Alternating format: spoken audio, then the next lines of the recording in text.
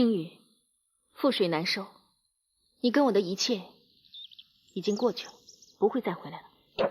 彩青，你怎么能这么对三少爷？你知道他为你吃了多少苦，遭了多少罪吗？你还有没有良心啊？住口啊，脸！别说了，阿莲，彩青，既然你已经做出了选择，那我就祝你幸福吧。对不起了，二位，打扰你们了，告辞。不送。青雨。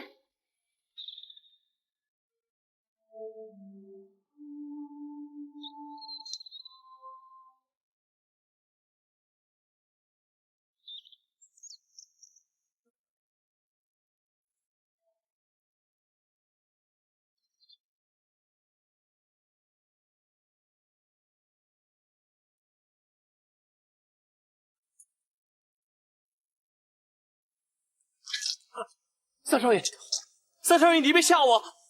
三少爷，三少爷，三少爷！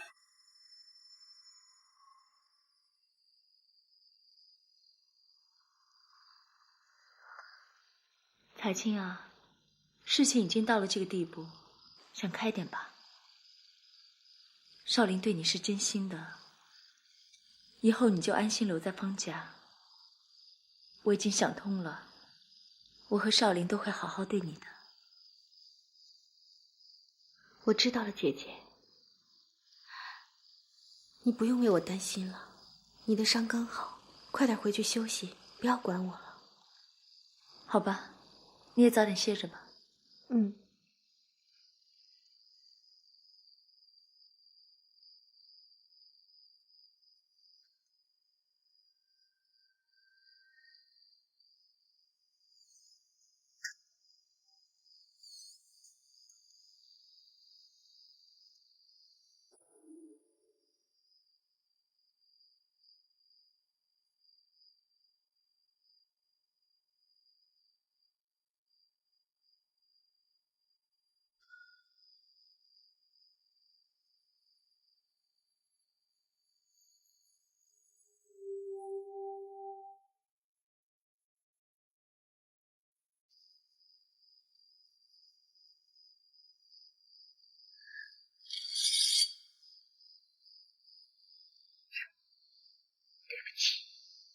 你忘了我吗？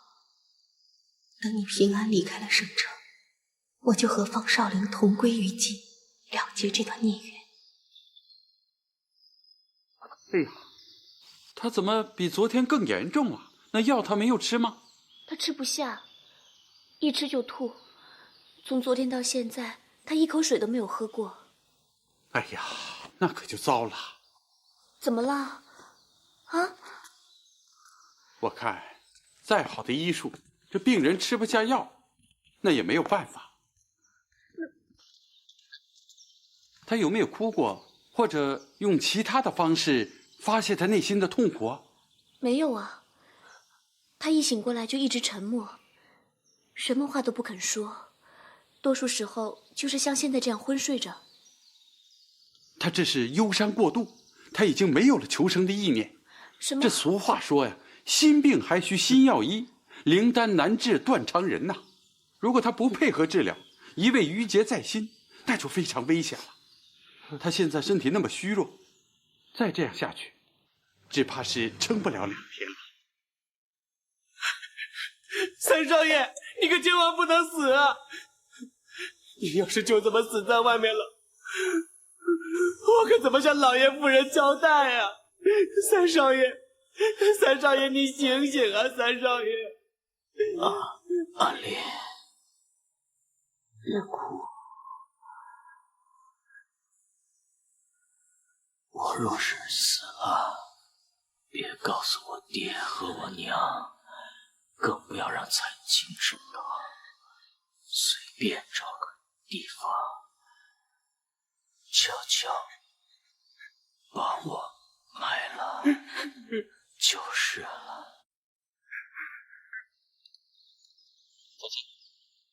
你的情绪总算好起来了。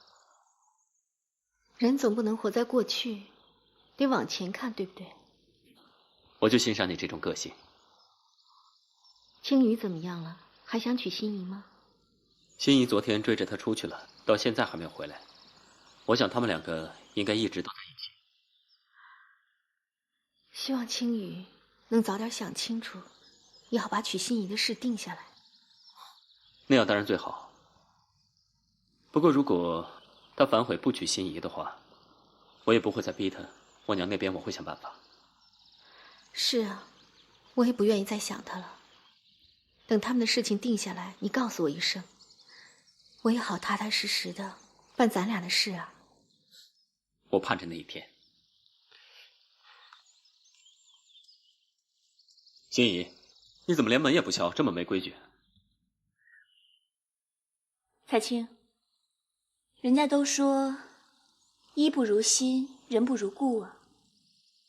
可是没想到，你却是衣不如故，人不如新呢。心怡，彩青是你未来的嫂子，你怎么这么跟她说话？好了，少林，别生气啊。你先出去吧，我和心怡好好聊聊。不管怎么说，她还是我未来的小姑子。你也不希望我们俩把关系闹僵了吧？彩青，你放心，有我在这儿，我绝不会让你受委屈的。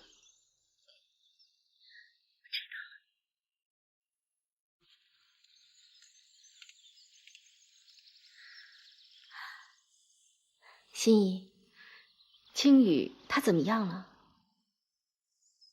你还知道关心她呀？那当然了，毕竟我们曾经有过一段感情，我也希望她能过得好啊。好啊，跟我走吧。你要带我去哪儿啊？去见青雨啊。我不想再见她了。你现在不去，好啊，那你再也别见他了，因为你再也见不到他了。你说什么呀？青雨快死了？怎么可能呢？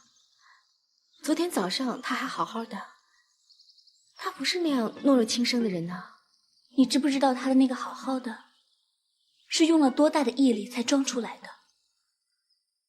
你知不知道他伤得有多严重，病得有多严重？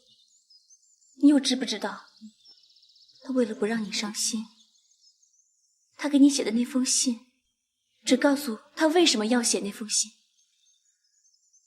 可他所承受的一切，他跟你提过吗？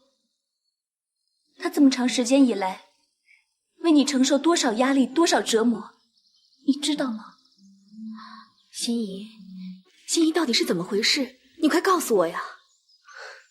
青雨什么都不肯告诉我，都是阿烈告诉我的。其实他那天离开济平居以后，他本想回家给你要一个正式的名分，但是他一回家就被他爹给抓起来了。小心点啊！二弟，哎，姐夫，你怎么也不先打发人来通报一声，也好出城去接你哈？不劳姐夫费心了。这次来省城呢，主要是来报喜的。婉晴啊，生了个女儿。真的？受了那么严重的伤，冒着大雨跑出来，可是没想到路上又遇到了劫匪，把他身上所有的钱都抢光了。没办法，他只能露宿荒郊，每天就靠吃2个馒头续命。好不容易经历千辛万苦才来到省城，可他的病也越来越严重，而且他还没有钱去治病。你知不知道，昨天他一离开方府就吐血晕倒了。他现在怎么样了？他什么都不肯说，不吃药，不喝水，他就只是抱着你给他做的那件衣服，静静地躺在床上等死。郎中跟我说，他说他忧伤过度，已经没有了求生的意念。彩青，我求求你了，怎么着你都去看看他吧。你跟他说几句话，暖暖他的心，让他挺过这段时间。就算你已经不爱他了，可是你不会忍心看着他等死吗？可是方少林是不会让我出府的。没事的，彩青，只要你愿意救他，我来想办法。心意，你让我再好好的想想。就算我现在去见他，我救了他的命，可我还是会害了他。可是你知不知道，他现在不吃饭不喝水也不吃药，再这么下去他就撑不了2天了。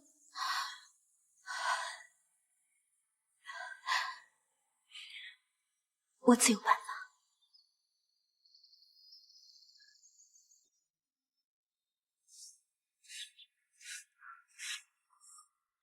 三少爷，欣怡小姐来了，快起来！三少爷，快起来！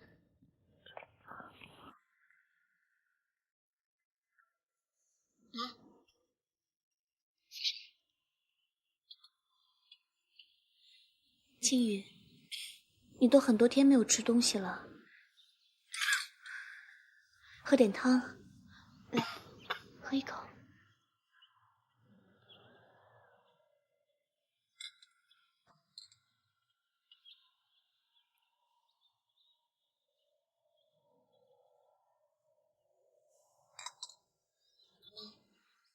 你尝出来了？这个可是彩青亲手给你煲的养肺汤。他说啊，他知道你病成这个样子，很心疼。而且那一天他跟你说的那番话，也是有说不出的苦衷的。所以呢，他要你好好吃东西，好好吃药，先把身体养好再说。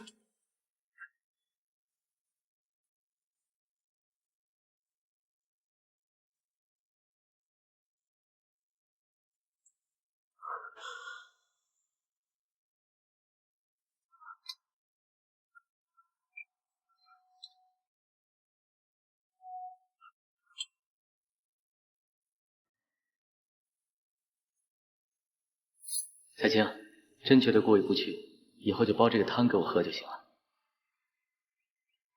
萧青雨，今天我就当着少林的面把话说清楚。自从你写下协议书的那一刻开始，我们俩就再也没有任何关系了。我知道这些不是你的真心话，请你相信我，你不用为了我的安危说这些违心的话。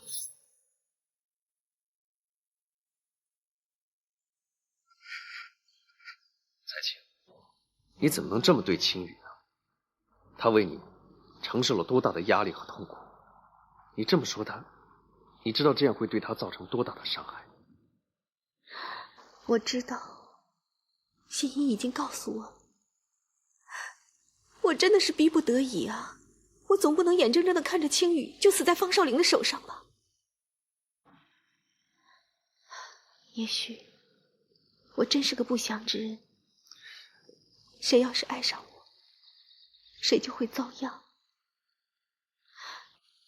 与其让青雨就这么众叛亲离为我去死，那还不如让他娶了心怡，平平安安的过一生。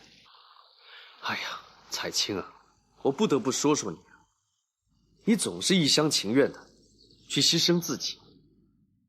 我知道你是为对方好，可是你有顾及对方的感受吗？啊？之前我们在一起，你也是这样，所以我们才阴差阳错的走到今天这个地步。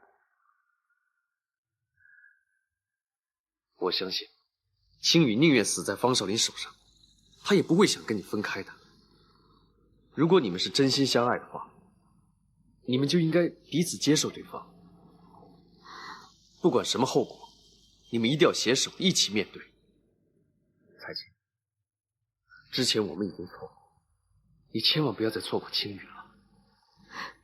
那我现在该怎么办呢？我真的好想马上就见到他，我怕以后再也见不到他了。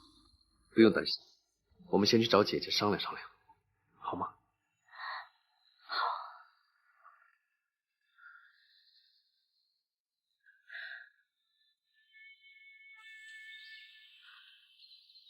彩青啊，我知道你现在宁死也要和青羽在一起，可你改变主意，千万不要让少林察觉了，要不然的话，他什么都会做出来的。我知道，我不会让他起疑心的。可是现在青羽病得那么重，我一定要想办法见见他，让他养好身体，我们好一起逃走啊！这样，明天是我生日，我会尽量拖住少林。流年，你陪彩青去见青羽，不过你们早去早回，不要让少林起了疑心。好，我明白。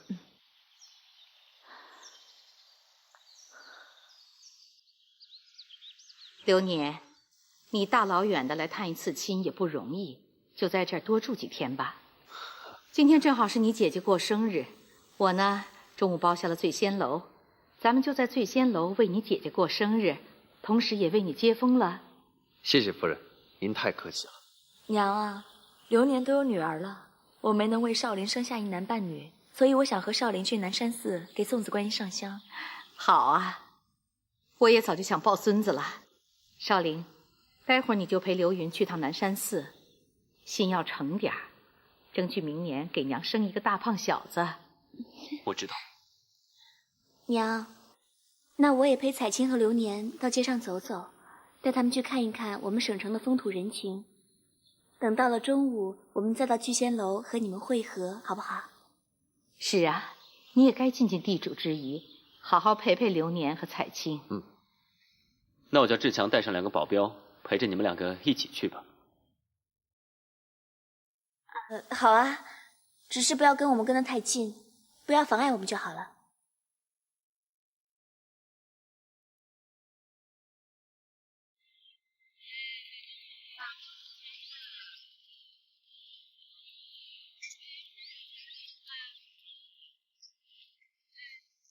哎，风车啊！心怡，要风车吗？这几个保镖很难甩掉，怎么办啊？来看一看啊，风车，要风车吗？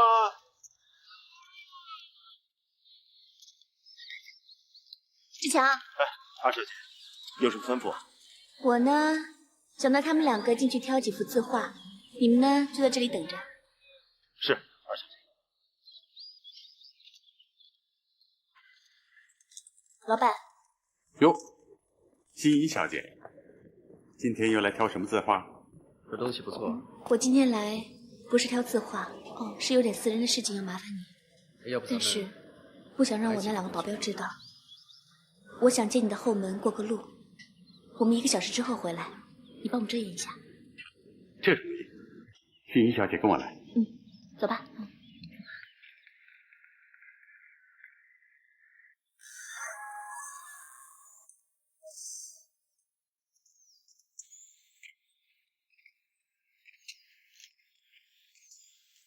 少爷，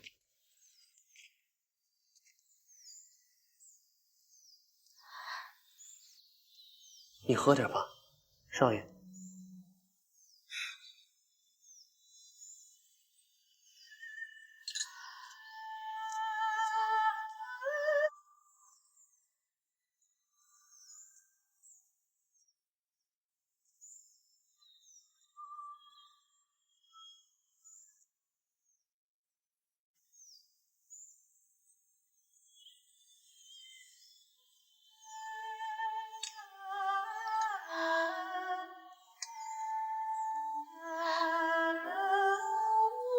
来，喝点药吧。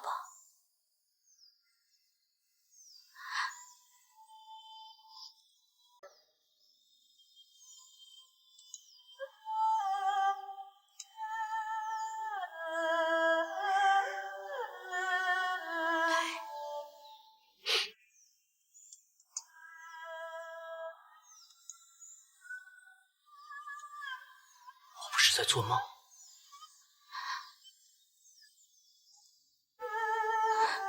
你不是在做梦？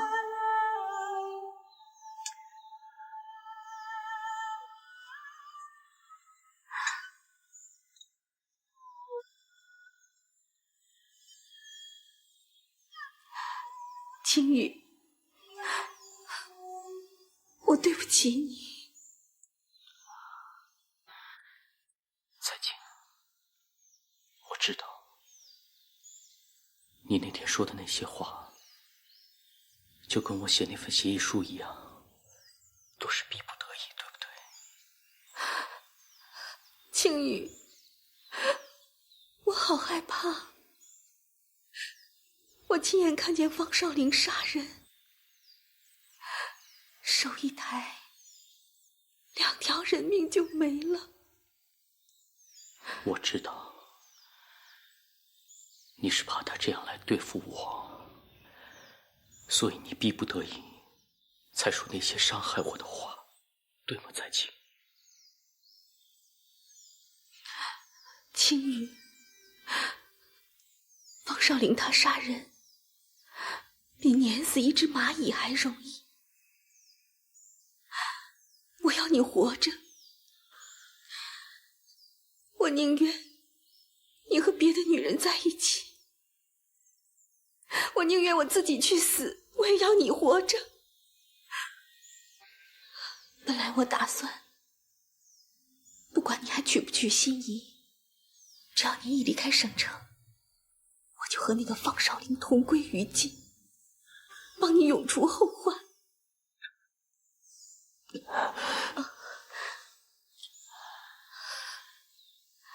你怎么那么傻呀？你想一想，就算我回到了京城，听到了你跟方少林同归于尽的消息，我还不知道你是为了我吗？你再想一想，假如你真的死了，我怎么可能一个人独活在这个世上？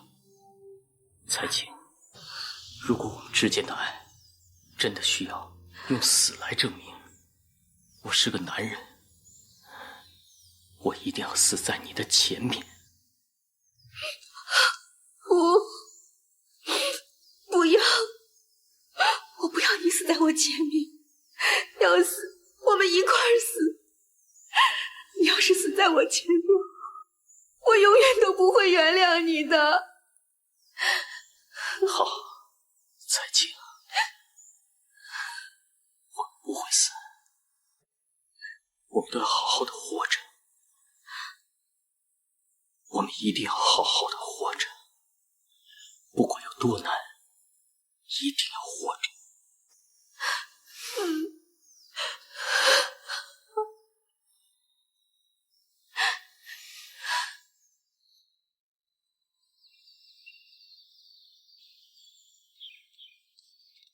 少林，少林！啊！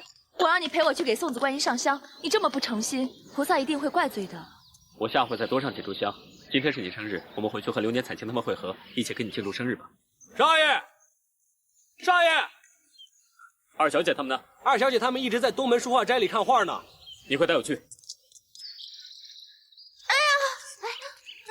夫人，云妹，小姐，云妹，你怎么了？我的脚扭了。让我看看。我们还是商量一下，怎么才能够让你们逃出去吧。我大哥的性子我了解，从小到大，他只要想得到的东西，他一定会得到的。如果有人跟他抢，他一定会不择手段的去报复他。而且他生性多疑，又有很强的戒备心，所以你们两个想要顺利的逃走，必须要先打消我哥的戒备心。那天啊，彩青对青羽那么绝情，其实并不是没有好处。那我们现在就一定要让我大哥认为，他们两个已经一刀两断了，不可能再复合了。可是要打消方少林的戒备心，除非让彩青真的嫁给他。其实呢，我还有一个好主意，有着让彩青嫁给大哥异曲同工的好处，保证大哥不会再起疑心了。只是不知道青羽会不会同意呢？心怡，有什么主意你就说出来吧，大家商量商量。你到我家，当着大哥跟我娘的面向我求亲，然后再选一个吉日，办一个定亲仪式。当晚呢，我们就在醉仙楼设一个定心宴。那天晚上，我大哥肯定会带着彩青去参加的。我们就想一个好办法，把大哥灌趴下。那宴会结束呢，你就可以带他跑了，一定没有问题的。这可不行，不能为了我和彩青的幸福，就把你个姑娘家的清白名声给搭上。你怎么那么迂腐啊？皇帝的女儿不愁嫁，难道我定过亲就嫁不出去了吗？可是，别可是了，你说过的，我是一个好姑娘，好姑娘还怕没人要啊？其实这是一个好办法。方少林他怎么也想不到妹妹呢会这么做，更想不到心仪会如此大度的帮自己的情敌。心仪，本来就是我辜负了你，可你现在却为了我做了这么多，我真不知道该对你说什么。那就什么都别说了。你说过的，感情是不能用强权来维持的，一定要两情相悦。一厢情愿的是不会幸福的。你心里爱的是彩青，即使你愿意娶我，我都不会嫁给你的。因为对于我来说，我不能做你最想要的那个人。我最大的快乐就是要帮你找到你最想要的那个人。心怡，你对我们两个的恩情，我们这一辈子都报答不了啊！你千万别这么说了，我方心怡不是一个婆婆妈妈的人。当然了，青羽救过我一条命，我还你们一段情，算是扯平了吧。来点锅巴，这可上火。这个呀，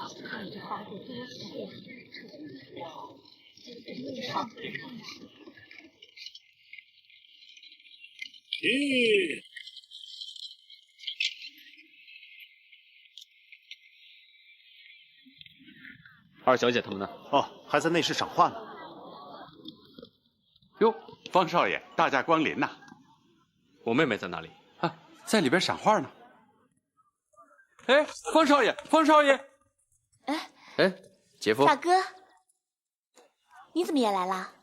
没怎么，我陪你大嫂上完香，一看时间还早，就赶着来跟你们会合。想和我们一起去醉仙楼。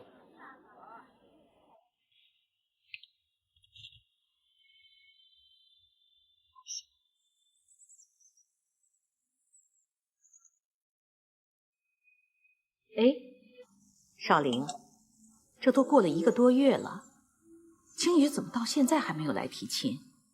是不是萧老爷的病到现在还没有好啊？娘，你放心，我已经打发人去问了，应该很快就有消息回来。夫人，萧家三少爷来了。哦，哎呀，这真是说曹操，曹操就到了。少林啊，快到门口去接一下吧。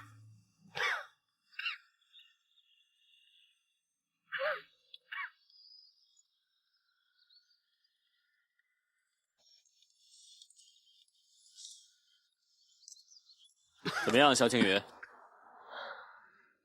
这些天，我一直长卧在病榻之上，险些没了性命。在弥留之际，我悟出了一个道理：这人世间所谓的情、爱，面对生死，简直是不堪一击。我真没了性命，便什么都是泡影。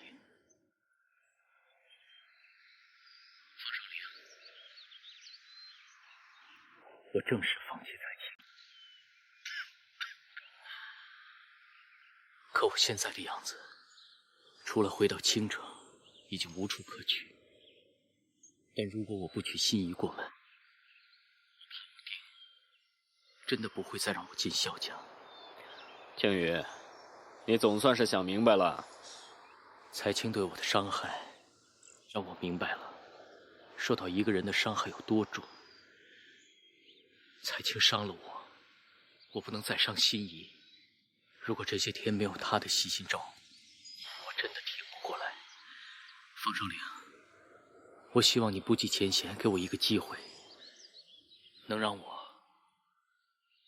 心仪一辈子。青雨，你能这样想，真是皆大欢喜啊！我和彩青也可以放心了。走吧，跟我来，我带你去见我娘。方夫人，萧公子，请坐，杯茶。是。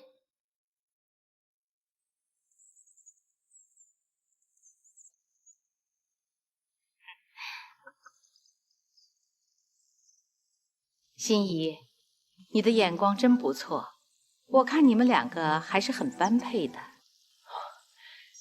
夫人，万辈实在惭愧。其实早就从青城出来了，不过万万没有想到，在路上遇到了劫匪，我和阿烈都身受重伤，随身钱财也都一袭如空，所以多耽搁了些时日。什么？你受伤了？那伤的怎么样啊？现在已经没有事情了。不过，我给心仪带来的聘礼也都被席卷一空了。唉，只要人平安就好。你先在我府上安心养一段时间的伤，然后我再给你们选个吉日，让你和心仪就成亲吧。娘，不着急成亲的，我们先定亲好了。嗨，这青鱼我都已经看过了，娘很满意。可是我爹还在东北打仗啊。而且今年他还回不来，万一将来爹看了不满意怎么办啊？不会的，你爹已经说过了，你的亲事就由我这个做娘的说了算。再说，我已经把你和青雨的事写信告诉过你爹了，他也很赞成。心怡，你也不小了，还用得着定亲吗？我看就按你大哥大嫂成亲的规矩，先在省城办一场新式婚礼，然后等你们回到了青城，再按青城的规矩办一场婚礼。娘，其实我跟青雨刚认识没有多长时间，我只是想多了解了解，考察考察他。要我看呢，还是先定亲好了。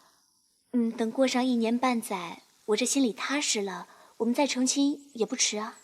啊，青雨，那你的意思呢？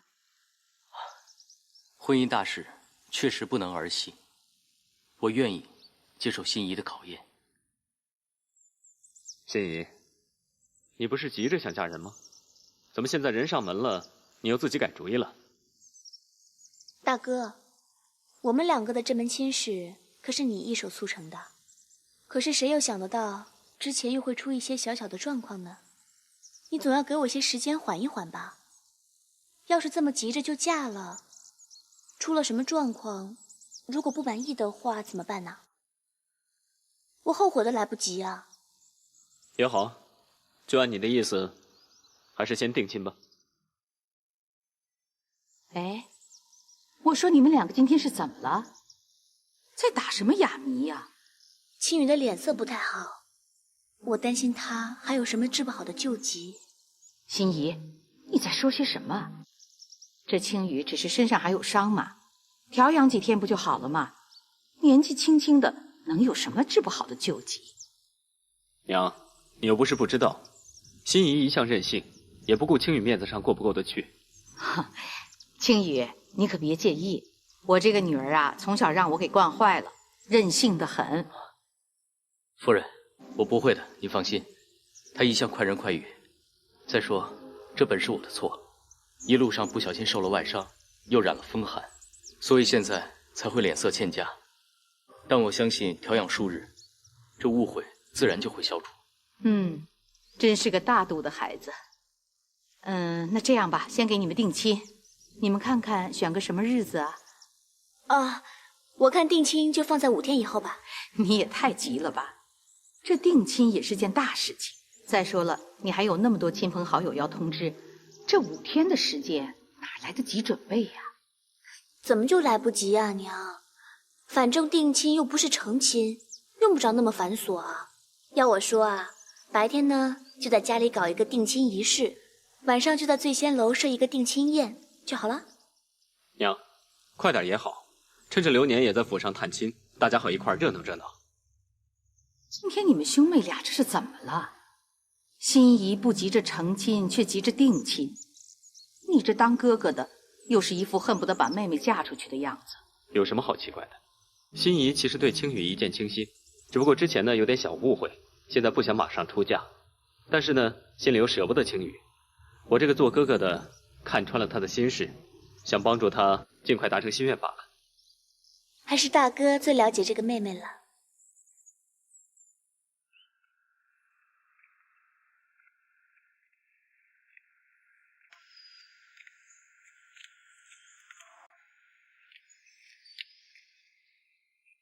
心仪和青羽就要定亲了，你可以放心了吧？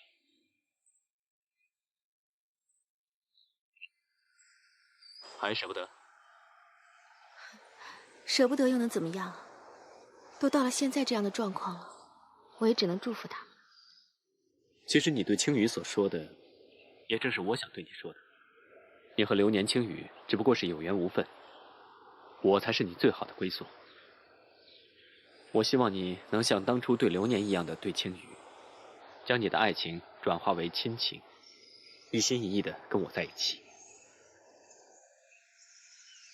我尽量吧。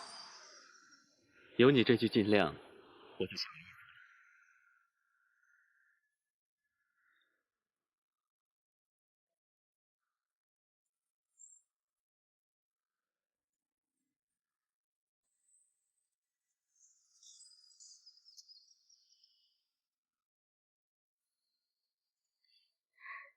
青羽，恭喜你们了。谢谢，都快成一家人了，别那么拘束。对了，青羽，我要陪彩青去骑马，你们要不要一起去？不了，大哥，我的身子还没有完全好，不太适合骑马。我和心仪还是去画画吧。不打扰你们了，告辞。我们走了。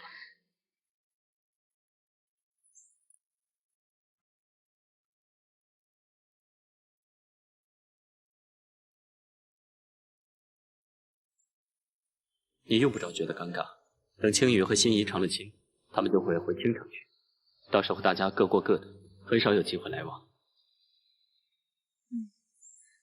我没事的，你别多想了。走吧，咱们骑马去吧。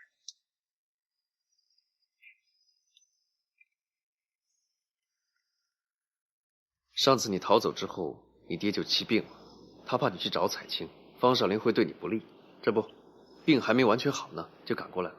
可是，一到省城啊，他发现你已向心仪求婚了，他特别高兴，以为你想通了，这不，带着聘礼啊就过来了。这下糟了，我和彩青如果真的逃走，那你哥一定会以我爹为人质，来逼迫我回来的。是啊，你爹这个时候来特别不合适，把我们的计划都给打乱了。青羽，我想，等我哥求亲以后，他发现你和彩青都不见了，他肯定知道自己上当了。在这个时候，他很有可能会利用你爹来威胁你。但是有我跟我娘在，他还不敢来明的，那他一定是来暗的了。所以我们一定要想一个办法，根本就不给他下手的机会。哎，我倒有个主意。我想到时候呢，让你爹跟我一块儿回青城，我从早到晚都跟他在一起待着。再怎么说，我也是方少林的小舅子，他也不敢乱来。也只好如此了。